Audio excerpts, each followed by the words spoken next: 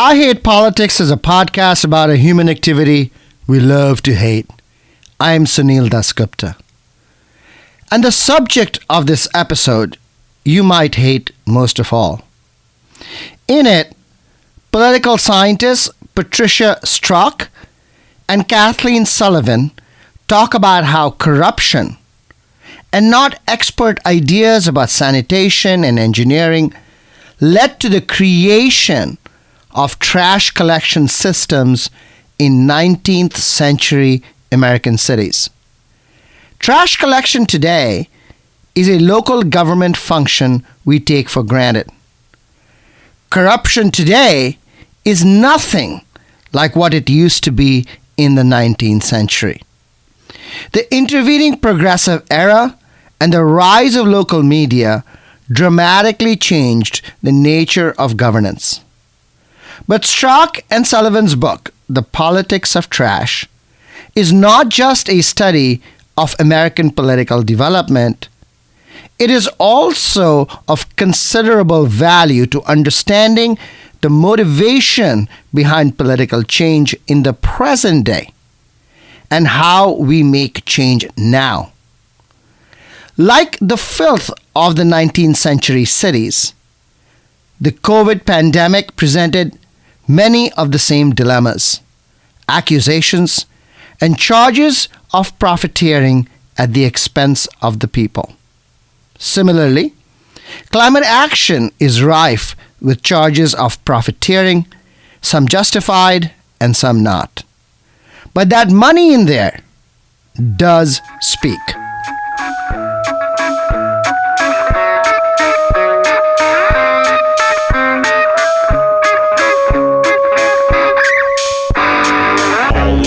Drinks were cool, and all of the guests were fools. Watch them shaking hands at the fool party. All of the sandwiches served for the special occasion observed, passed on from bare hand to hand at the fool party. I Hate Politics is a podcast about our neighborhoods, workplaces, schools and streets, and our local governments as they function in diverse and democratic societies.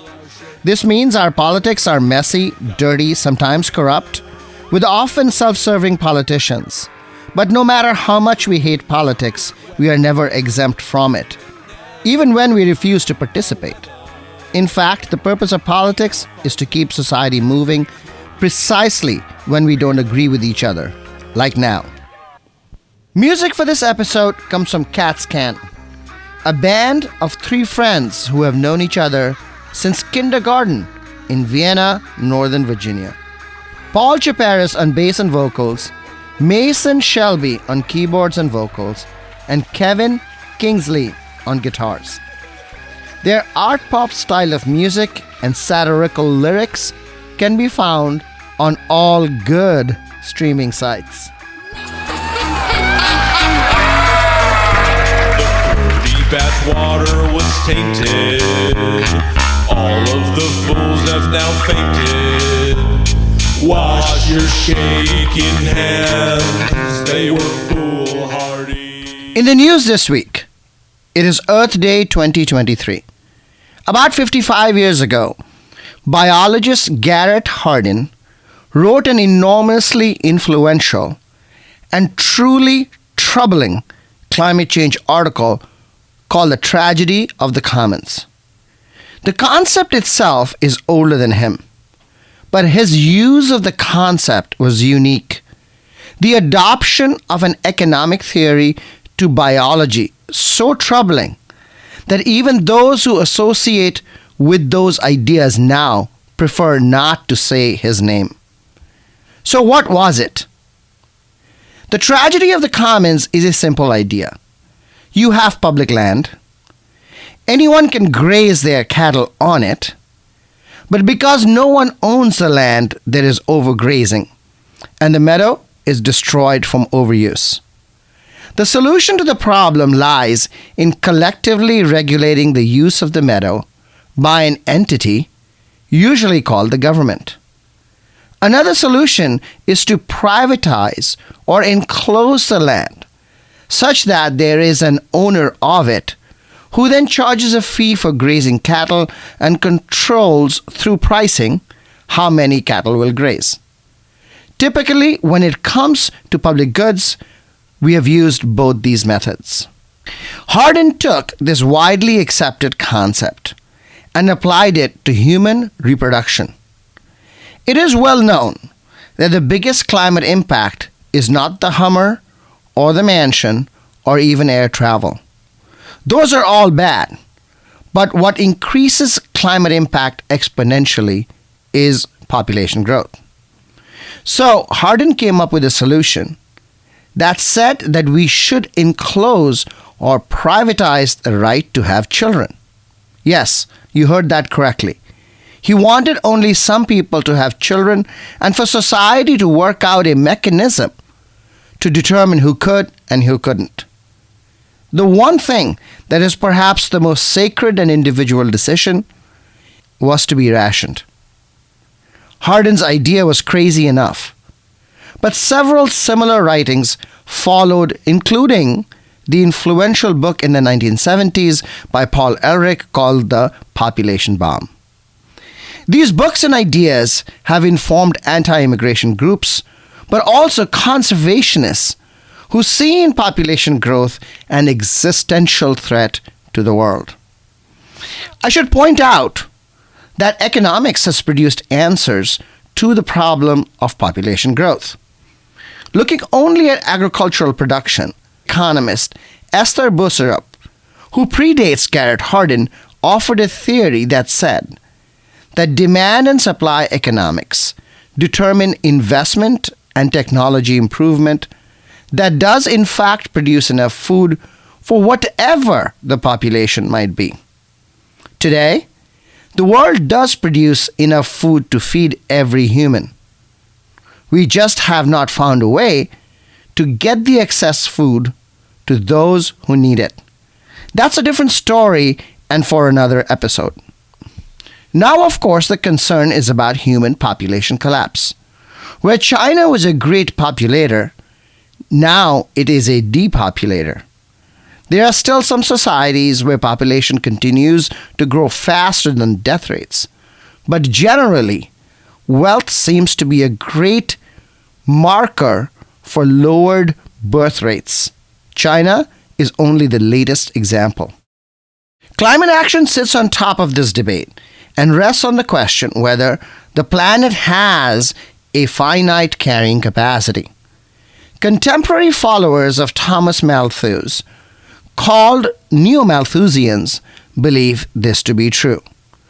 Generally, Neo-Malthusians have come to the conclusion that technology is not infinitely productive.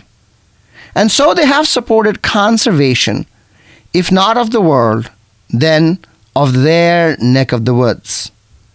And therein lies the problem.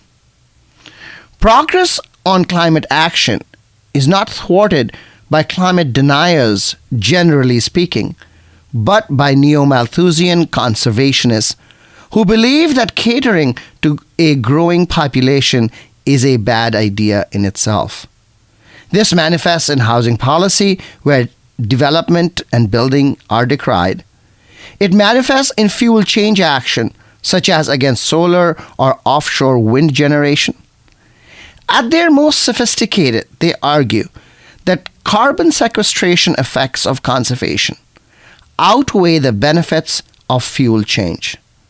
But we don't know this definitively. Calculations around sequestration are highly speculative, as indeed are calculations around fuel change. Do electric vehicles help climate action?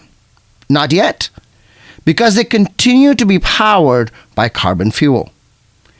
It would have been better to convert utilities to alternative generation before unloading billions and billions in tax rebates to electric vehicle companies.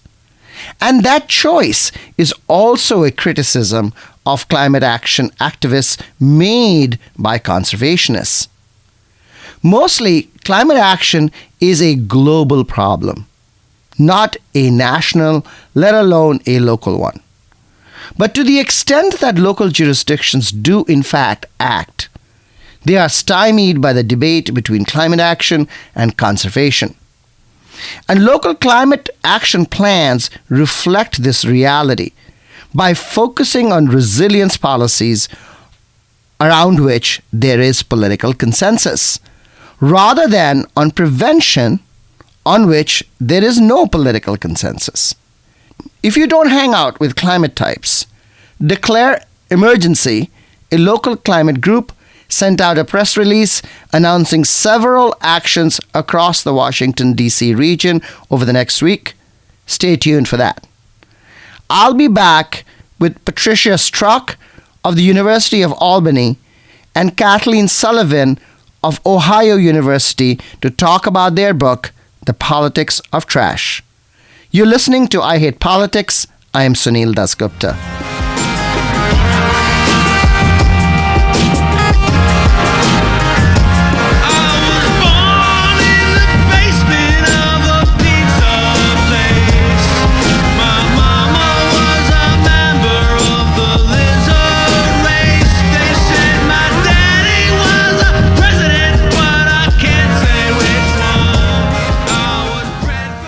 Patricia Strzok, Kathleen Sullivan, welcome to I Hate Politics. Congratulations on the book you wrote on the politics of trash. How municipal governments came to offer trash collection. Can you please set the stage, describe what cities looked like before there was trash collection? Before there was municipal trash collection, people just took care of their own garbage on their own. So their household might produce food waste, and they might have known a farmer who would come by with his cart and collect the food waste and then whisk it out to his own farm to feed it to his hogs. They might connect with a scavenger in their town who might approach households one by one, take away their waste. And then he might have just kind of gotten rid of that trash on his own. He might have just dumped it in an empty lot or dumped it into the river. And then the other thing people would do is they would just bury it in their backyards. So they had privies, which were the old way of getting rid of their own human waste in their backyards. And once, if the city had sewerage, then they might just start burying their trash in their own privies.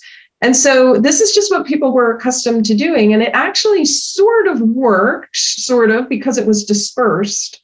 And it was only when cities' populations started to increase and the populations became concentrated that these methods of collection and disposal just weren't going to work anymore on a large scale.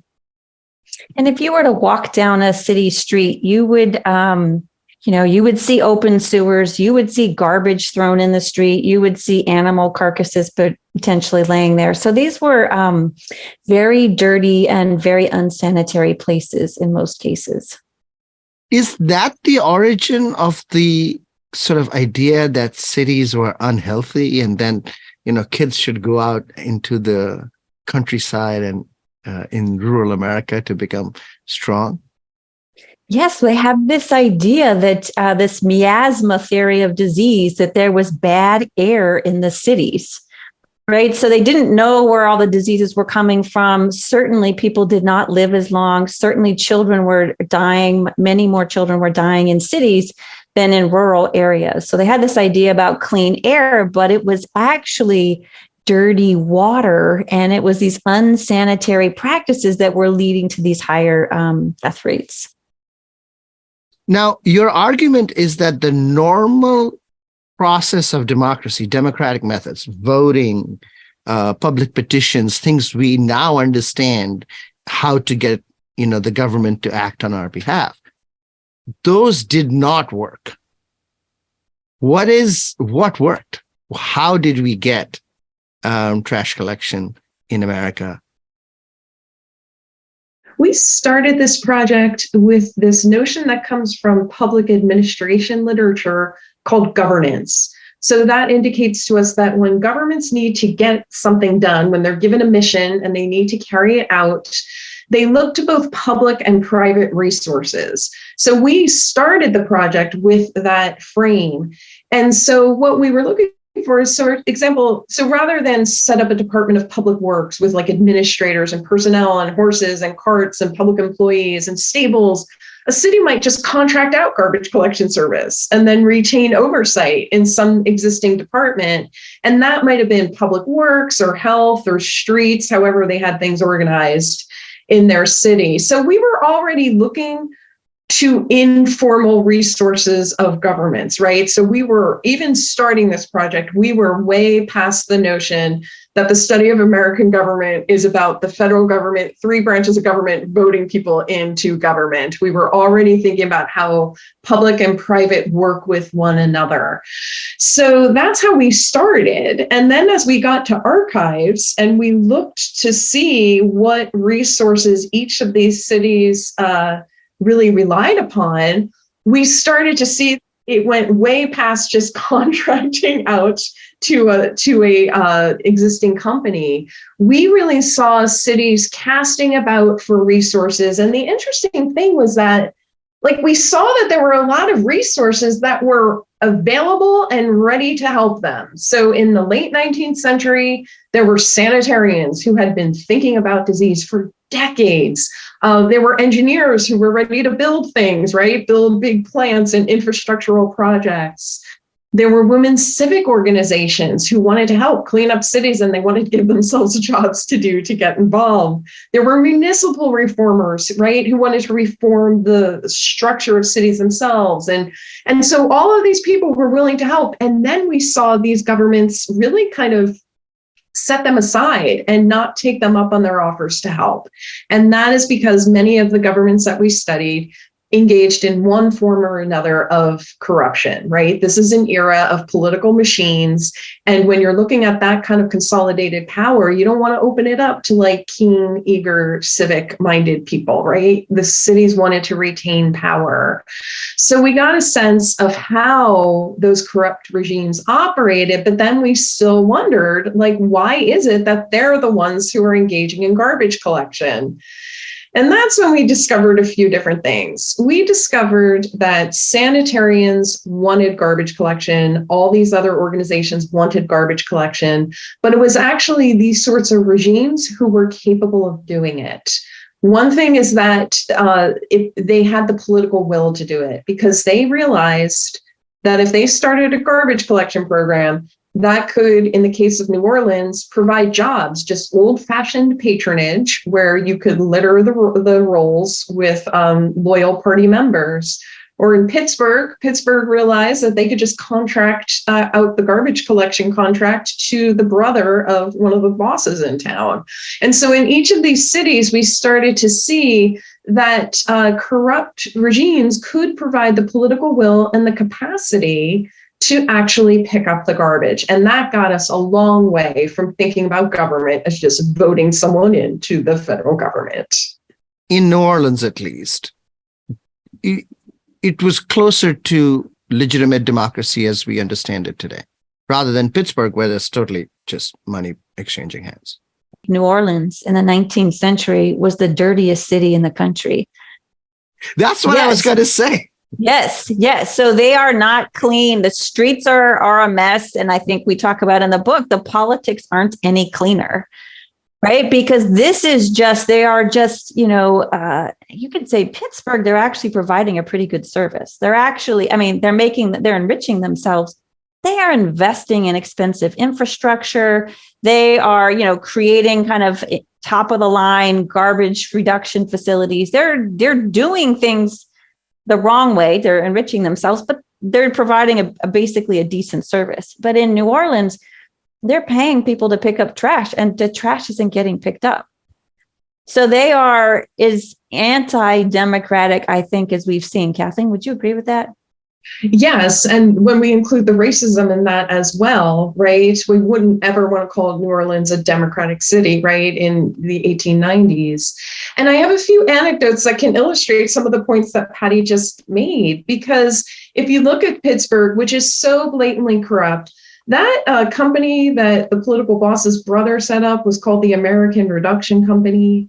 And by the time you get to about the 1910s and 1920s, you do have reform parties in Pittsburgh that are ready to, reclaim Pittsburgh government and, get rid of the corruption. And once they won, they did not have the capacity to pick up the garbage. So they kept using the American Reduction Company, which is this old, corrupt company, because they had the capacity and they had the equipment and they were actually operating. So we don't delineate clear lines normatively, right, between like good and bad, right? And then the thing about New Orleans is, right, it's a city that looks maybe on its face as if it's democratic. And we have these plaintive letters back to the city telling us that the boats, that they would just put garbage on boats and just push it down the Mississippi River and dump it out there. And like the boats were in disrepair and the pier was crumbling and the boats had holes and are sinking. And that is just right. That's just not the kind of infrastructure that you would hope for in a democracy. In the economics literature, they make this difference. They make a difference between good corruption and bad corruption. Good corruption is when you pay money, but that street does get built or the garbage does get collected. Bad corruption is when you pay money and nothing gets done. And the conclusion from it is that we ought to be able to live with some amount of hopefully good corruption rather than try to root out all corruption. I don't think we distinguish between good and bad corruption the way the economists do. I think because, as Kathleen said, we're looking at the resources governments use to accomplish particular objectives. We see certain forms of corruption as better able to accomplish effective trash collection. Right. So in Pittsburgh, you have this, boss of a political machine who also has a, street paving company. So, they have a business, they run a business, they're doing all kinds of things. Like they're putting in all kinds of pipes, water pipes underground, because every time you put in a pipe, you have to rip up the street and then you have to repave it.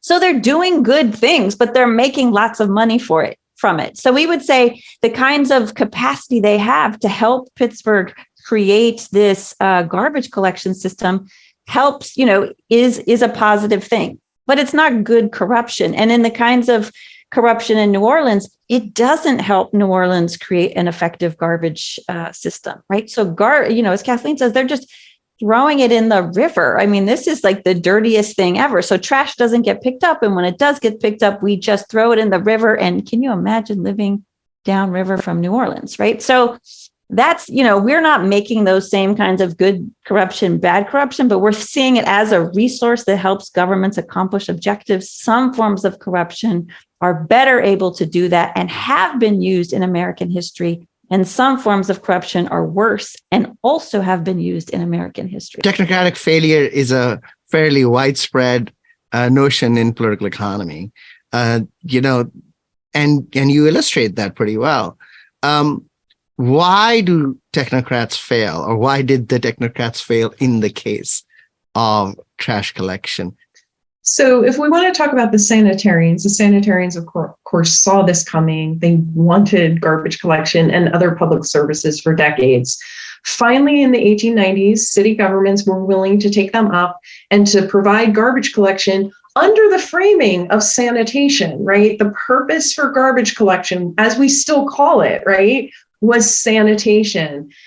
But it ends up that these political machines really relied on sanitation as the pretext to get these programs up and running. Now, sanitarians weren't fully shut out of garbage collection. You would continue to have a board of health. In some cities, they really did bring them in to consult.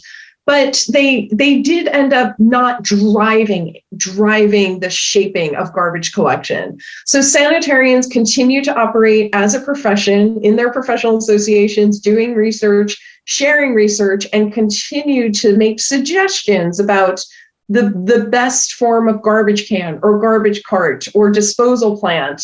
But that oftentimes was done on the sideline outside of city governments. And maybe they would get lucky and have a city take on one of their programs, but they were definitely not driving those programs within the cities themselves because the political machines wanted to enrich themselves and didn't really need the sanitarians to be meddling with their own policies.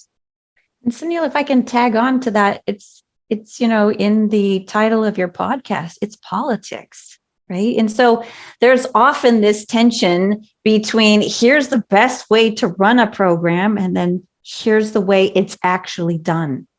And this is, timeless. We can think of, countless examples across history, but at the time that we're looking at, there really is this drive, not just for politics, but for a corrupt version of politics in which, these political leaders aren't going out and saying, gosh, we could really make people's lives better by instituting trash collection. They're saying, I can get rich or I can get reelected. So they have no interest in having these good government types running around and telling them the best way to do that, because the best way to do that is the way that enriches them or gets them reelected. So the motivation is not kind of that clean up the city motivation. The motivation is to, to achieve their other political goals and financial goals. Does motivation really matter in that case? Can you think about good governance outside of the political construct? So as we're having this discussion about why isn't it that experts, get their suggestions automatically implemented, we thought about this so much as COVID began, right? We were finishing up this book. The COVID pandemic begins, and we're looking around and we're seeing public health experts who are saying things, and we thought these are like the 19th century sanitarians. Here's how the book helped us to kind of get a lens on what was happening throughout the pandemic. So the thing is, when a government sets up a public good, a service that is going to be good for all of the public, at some point, ordinary people are going to need to comply. So with garbage collection, none of the garbage collection was going to work if people didn't put their garbage cans out. And when it came to COVID mitigation measures, people would have to, shelter in place, then mask, then get a vaccine. And at each of those points, you saw people grumbling. So here's how we saw that. To get people to comply with a program that is very new from what people were used to, right? People were burying their garbage in their privies, and now they're being told to put a can out on Tuesday morning at 7 a.m. People bristle at that, and they say, I can do this myself. And then they start to look at government, and government starts to look tyrannical because it looks like it's making them do something. And you know what it is? Because that power is part of governing. And I think it's at these moments when people bristled at garbage cans or people bristled at a vaccine mandate, is that people started to see, like, it was transparent. The power of government was transparent. And at that moment, there's different things that can happen, right? People can just say that's tyrannical and it's wrong, or we can acknowledge for government to operate, it has to use power. Now, if you want to use garbage as a lesson, we have examples in our book,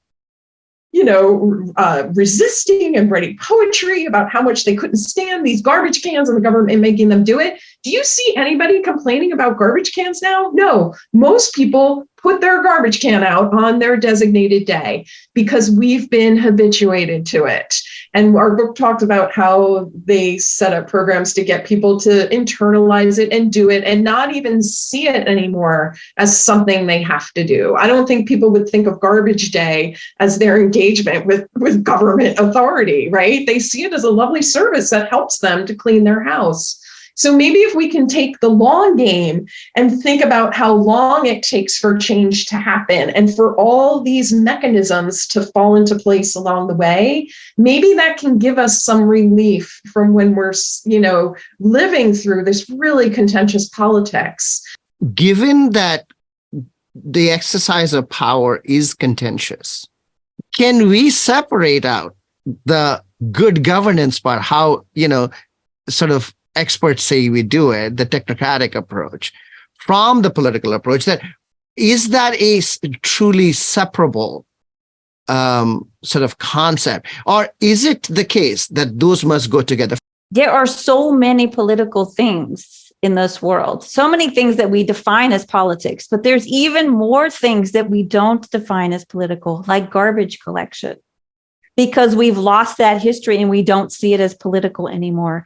And so that's exactly what we want to do, is to think about why some issues are political and some issues are not, and why we engage in some behaviors and we think it's this, government's coming down on us, and some issues not. And I think that's what we want, more than anything. I mean, that's the fun part about writing a book on trash, is everyone's like, that's ridiculous. And it's not, once you recover the history and you see it's got so many parallels with exactly what we're seeing today. How was garbage collection cleaned up? Sorry for the pun.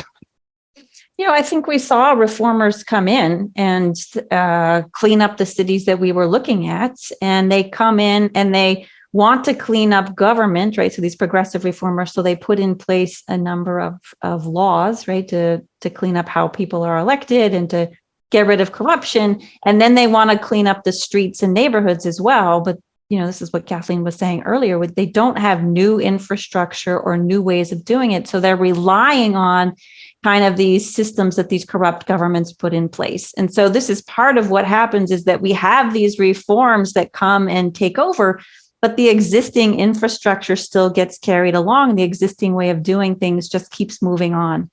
And in St. Louis, which we haven't talked about, which was such an interesting case, these reformers came in, they wanted to get rid of corruption. All of the capacity and knowledge about trash collection was held by these corrupt actors. And so what they did is they swept them out, got rid of them, and then St. Louis couldn't pick up its trash. And it, had this developed infrastructure, and it went back to dumping in the river, right? This is a very primitive form of garbage disposal. So, you have these reforms that come in that clean up politics, and sometimes they clean up politics and then they take the existing infrastructure and then they bring it along with them. And sometimes they clean up politics and they lose all capacity they have to pick up trash. Yeah, I think this is the most fascinating part of your book, is that if you clean up politics completely, that you lose capacity, that some little bit of corruption is actually necessary to make the system work. So if you're going to take away a set of resources, you have to make sure that there is something in its place. And St. Louis is a great example that says we're going to get rid of these resources. And then they start to cast about and they say, who wants to take over these facilities? And nobody wants to do it. And nobody in the government knows how to do it. So before you go in and we're going to get rid of all the corruption, we're going to get rid of these bad guys, make sure you have an alternative set of resources to get done those kinds of services that you want to accomplish. We do have one city that we've tracked that's not in the book, though, but it's in an article we wrote earlier, and it's Columbus, Ohio. And they are a city that during this time period did get their act together and have a clean government that had good garbage collection. The neat thing about Columbus is that when they started in the 1890s, they looked a lot like the other cities we studied. They contracted out. This guy collected the garbage, built a newfangled reduction plant. And then what's interesting is the reduction plant smelled. He placed it down in this farming neighborhood on the outskirts of the city. And the neighbors complained and they filed lawsuits. And while they were kind of waiting to see if, that was going to shut down the reduction plant, he did not want to invest in this anymore, right? This is just a private individual who doesn't think this contract is going to be a sure thing. So Columbus garbage collection got pretty bad there for a while. And then in the early 1900s, they did get some reform governments that cycled in and out. It took them a long time to dismantle the corruption that was deeply embedded in the city. But then they consulted with Rudolph Herring, who's one of the sanitary engineers, who was a consulting agent. He would go around and offer his resources, and he did consult for Columbus. And they got they set up a new place on the other side of the city, and they set up a high-tech sewerage plant. And then they wanted to set up another disposal plant, but they did research, they waited a while, and it took 2 years to get that plant up and running. And what they did was they bought a farm and they buried their garbage for 2 years. They buried it, but it was essentially composting. It was, turning over, becoming good soil. Mm-hmm. And so I think what you see with Columbus is they did their homework, they took their time, and then by 1910, they had this corner of the city that had just a brand new modern sewerage plant and disposal plant. And the neat thing about Columbus is that corner of Columbus remains the sort of disposal recycling area. And it's not just like household recycling, it's like tires and industrial recycling. And so it kind of gave rise to this space where nobody's going to complain because you've just made it like it's not industrial, but it's like the waste management corner of the city. But our elections and our politicians and we as citizens, right, voting for those politicians within those elections want to hear and vote on promises of reform. Promises of reform are the first category of a promise that any candidate makes. I will go in there and cut the fat. I will go in there and do this thing right. And what you are saying is that in order for them to actually do it right, probably take several election cycles. So there's no guarantee that they will do it right. And yet that's what we want to hear. And so therefore they tell us. I have some advice for people who are frustrated by that sort of politicking, which is if you're frustrated with these false promises that politicians and, pretext that politicians are making, step outside of that and go join your PTA and go join your local shade tree commission. Go join something local. I mentioned Tocqueville before we recorded, and I'm serious about it. That's what Tocqueville encouraged people to do. He had a generative theory of popular sovereignty, and the popular sovereignty, which is a very abstract concept, begins with people connecting with one another and kind of engaging with their own communities. And, it should be clear by now, our study of garbage collection, which, can bring chuckles from people in political science, we're super serious about it because we see all the elements of politics and governing at play here. And so if you get involved in something in your community, even if it seems like it's mundane, once you get involved and talk to people, right, and engage with people, and it's a place to meet people who maybe aren't exactly like you, but you're working together. Oh my goodness, this is what we're all supposed to be doing. And so I think just demystifying or just stepping out of, these abstract, dirty politics and just actually engaging in governing. And it's politics too, right? But it's politics that's at a human level, that's at an appreciable level in which you might even see results in your own town. Maybe that's where we should be turning ourselves. I am a Tocqueville person, so that's why I respond that way. Well, that's an excellent point. This idea of small platoons of churches and schools that, we have, that is part of American political development, right, is also contested, right, by people like Theda Skocpol, who will say that it's not so much bottom up, it's, significantly top down. I teach state and local government, and we talk about fire districts in New York State. And one of my students was telling me the fire board in his community, the election brought out 27 people and the winner got 14 votes. And so I think, there's a lot of local offices, local agencies, even local parties that you can do exactly what Kathleen is talking about. You can get involved, and it seems like the bar is very high sometimes, and sometimes it is very high. But there's a lot of offices where you can get your foot in the door. And I think, I agree. That's why I teach state and local government. So I want my students, and some of them run for office, we were talking about. So, I think that's a great way to change politics, because if you don't like the way it is, then go get your voice and make your voice heard. Okay. So this raises a question. Who joins local politics? That's been a question. It's not in your book, but that's been a question. Yes, it is a question in our book, right? Because the whole point of the book is to say that we all participate in politics. And this is why I actually really like the title of your podcast, I Hate Politics, because my students say that all to me all the time. I don't like politics. I don't want to participate in politics. This is not something that I want, that I'm interested in. And I say, but if you throw your trash in the trash can, you are participating in politics. So there's those kinds of organizations that we're talking about. You should go and get elected, but there are all the ordinary, everyday, what we call politics of the mundane, that we all participate in. So if you don't like the fact that schools are unequally funded, or if you don't like the fact that neighborhoods are underserved, we're all playing a part of that every day, right? And so, just like if we rewind back to the 19th century, you can see that people protested about garbage ordinances, that we don't have to participate in those systems that we might think are unfair or unjust, or we don't have to do it quietly.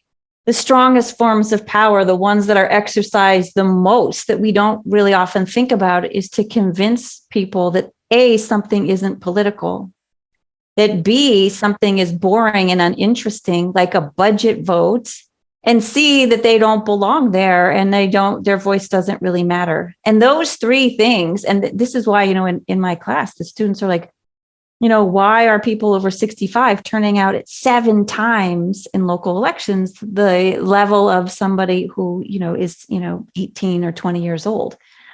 It's because they know exactly what's at stake, and they know that boring things are really about getting goodies to some people and withholding them to others. And so if we have that in our mind, then we understand that a lot of the reason that people don't get involved in politics, it's not interesting. A budget vote is really boring. I can't make a difference. It's not really political. That's just my trash that's sitting in the street. That's incredible. That is an incredible form of power. And just challenging that and showing up at a meeting where no one expects you to be is a political act. Patricia Struck, Kathleen Sullivan, thank you for coming on I Hate Politics. Thank you, Sunil. This was such a delight. It's been so nice to talk with you. Thank you.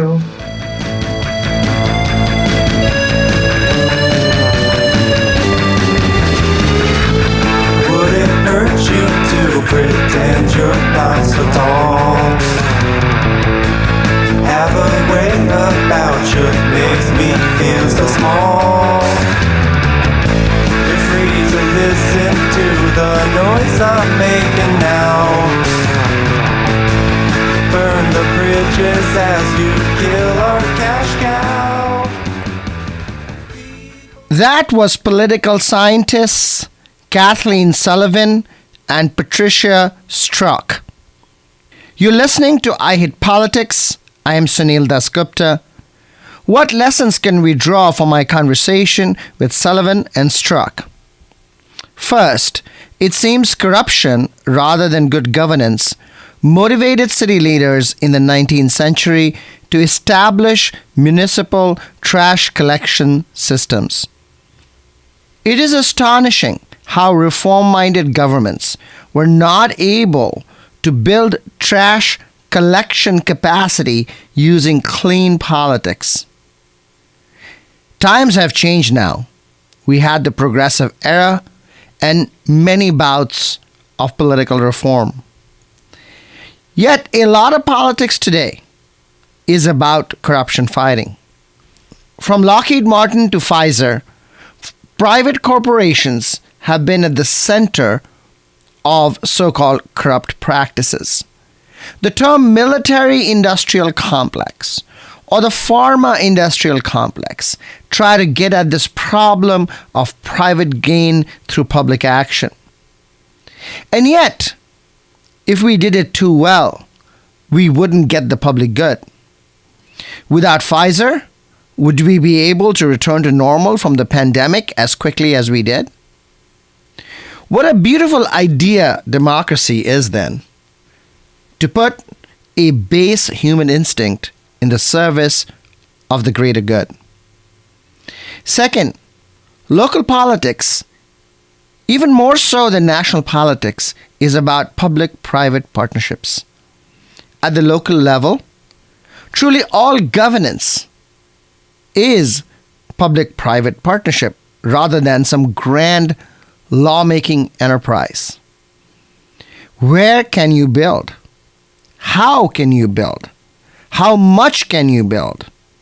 All these questions are answered by government in collaboration with the private sector it must work with. This is a vision of capitalism we miss. We are dependent on the productive capacity of private citizens. Now, widespread corruption is bad because then we pay money and yet nothing is built. That's bad corruption. Understanding the difference between good and bad corruption may be the true mark of leadership. Third, political science remains a robust field because of books like The Politics of Trash. But public support for the study of politics, or its precursor, civics education, has been abysmal for several decades now, going back to the 1980s. We have convinced ourselves that politics is the playground of scoundrels, and who wants to invest in that? To really understand the full meaning of a book like The Politics of Trash, we have to understand the true nature of politics itself. Politics is tasked with solving some of the toughest problems in human life. But if we see it merely as a venue for base human instinct, then we haven't finished the book, have we? And then, when a few thousand of disaffected arrive at the United States Capitol to subvert an election, we are surprised. That's all for this episode. You've been listening to I Hate Politics. I am Sunil Dasgupta. Music for this episode comes from CatScan, a Washington, D.C. band of three friends who have known each other since kindergarten. Paul Chaparis on bass and vocals, Mason Shelby on keyboards and vocals, and Kevin Kingsley on guitars. Their music is available on major streaming platforms and on Bandcamp. If you want to share your music on the show or know someone else who might want to, please email us at producer@ihp.org. I hope you will subscribe and share the podcast as we bring you stories about politics close to you and to your home. See you next time.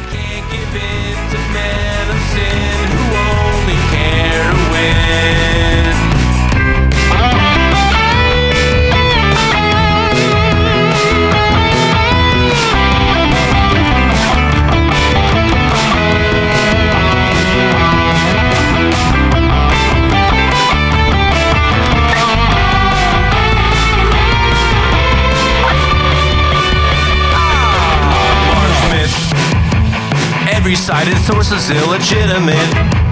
All these guys are so completely full of it. They're mentally unfit. But I can't believe the words that he has written down for me.